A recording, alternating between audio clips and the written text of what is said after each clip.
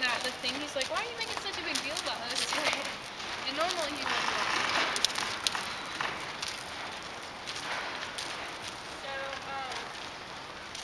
now that we got our full saddle on, the next thing that I'm going to check before I start trying to put any weight on him is that it's equally easy for me to have him go forward and back.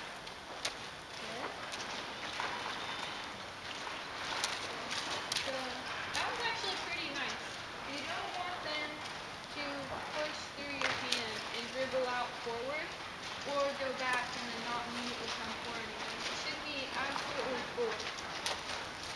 So, say that again, Kaylee. You don't want, they have a tendency where when you ask them to go forward, to go 6 steps when you only wanted 1, or to go back and then just freeze and not immediately be able to come forward. This relates to how prepared they are to balance with the rider when they're back. If they can't go forward 1 step, back 1 step without getting stuck somewhere, they're not balanced and they're not going to be able to properly hold a rider and it's going to scare them. So this is called a balancera. It's just French for balance, in a lot of dressage handbooks. So you do this movement to make sure he can go forward and backwards. And when you get him where he's light enough, he can go forward and backwards with equal ease and keep his weight moving like that, then you can quit. So I'm going to do the same thing. If I want my colt to be able to move his front feet and I don't want him to dribble out and run away from me, like you can ask for 1 step and most of them will go, I'm not taking a step, I'm not taking a step, oh fine, and they'll take like 6 and you only wanted 1. So you should be able to do a couple steps on the forehand. You worked out a little, it wasn't too bad though. And then you want to do a couple steps on the back. What most colts will do is you'll go, hey, move your forehand, and they'll go like this. And you don't want that. You want to be able to alternate moving the front end and moving the back end and not have any dribble. Like, it's got to be, if they're balanced, they won't dribble. Good boy. Okay? And then if you switch immediately from 3 steps on the front end to 3 steps on the back end. Good.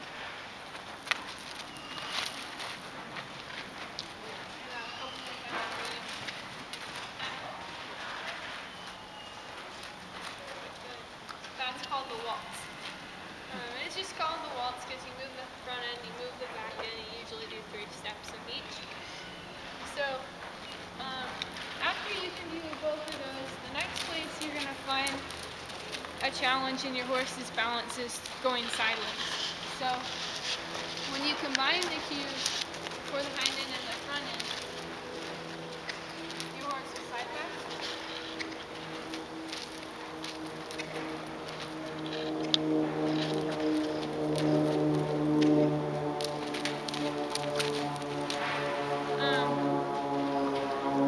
So I did it from his side, and the way that I did it is I just acted kind of like I was stirring a pot, and I pulled my hand toward me a little bit. So let me change his gravity. The slight bend in his neck right there, and his ribs bow away from me. That's what sets him up for me to do. And then all I have to do is take the little bit of forward energy that I got and let him go sideways. And so I've got a little step forward here, and then I do little softer steps towards the shoulder. And that'll make him move up. Okay. So if he can do that and only take the number of steps that you want, then he's pretty balanced. If you do that and he explodes sideways or drifts, like falls backwards or walks forward like he slams you with his shoulder, he can't do it. He's not balanced. So you have to do more of moving the hind end and the front end. The other way that I do it is like what I did with David. So I go sideways and I shake my rope towards the front end, and then I shake it towards the back end. And then those 2 cues combine. And I want to be able to do both because I'm going to use them in different situations.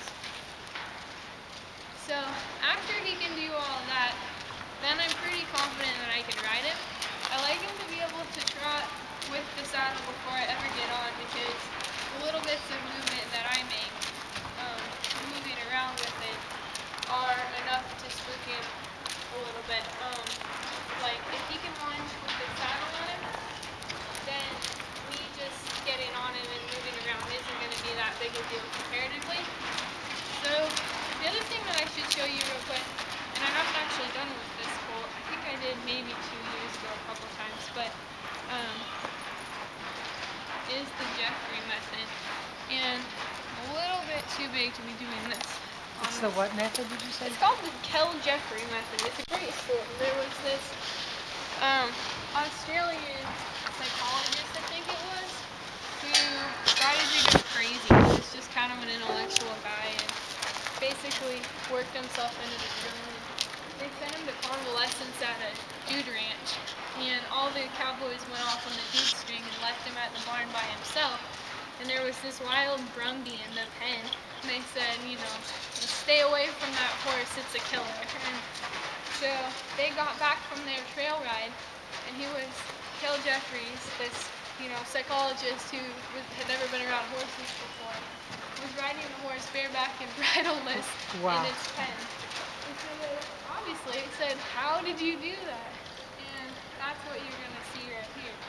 So what they do is they jump on the horse bareback.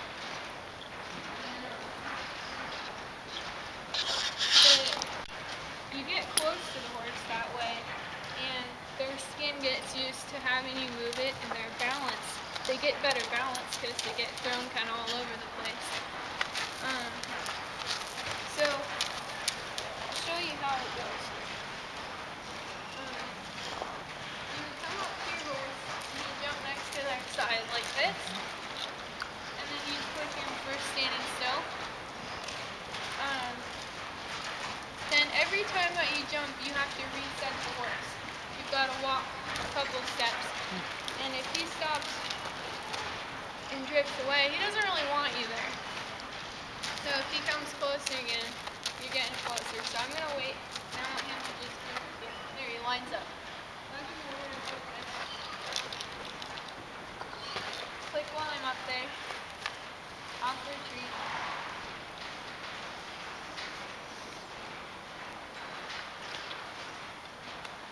Then I'm going to reset.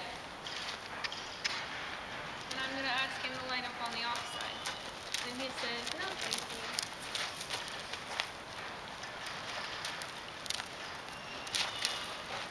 Don't touch me. And he knows I'm too big to be doing this. He did just fine for Annie, who weighs like, 70 pounds.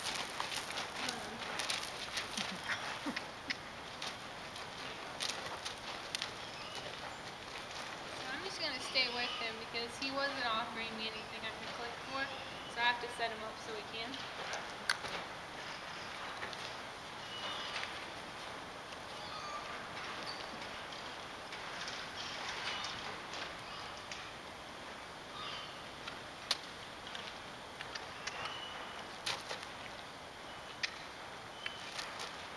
So if he wants another treat, he should line up. At this point, he's not really worth it. Treats aren't that good. So that's a kid. Can't quite bring himself to do it.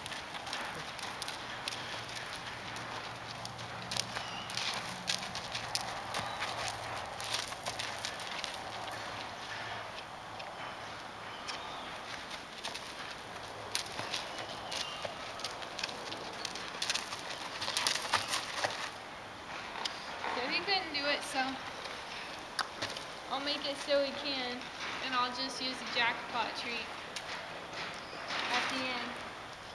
There you go.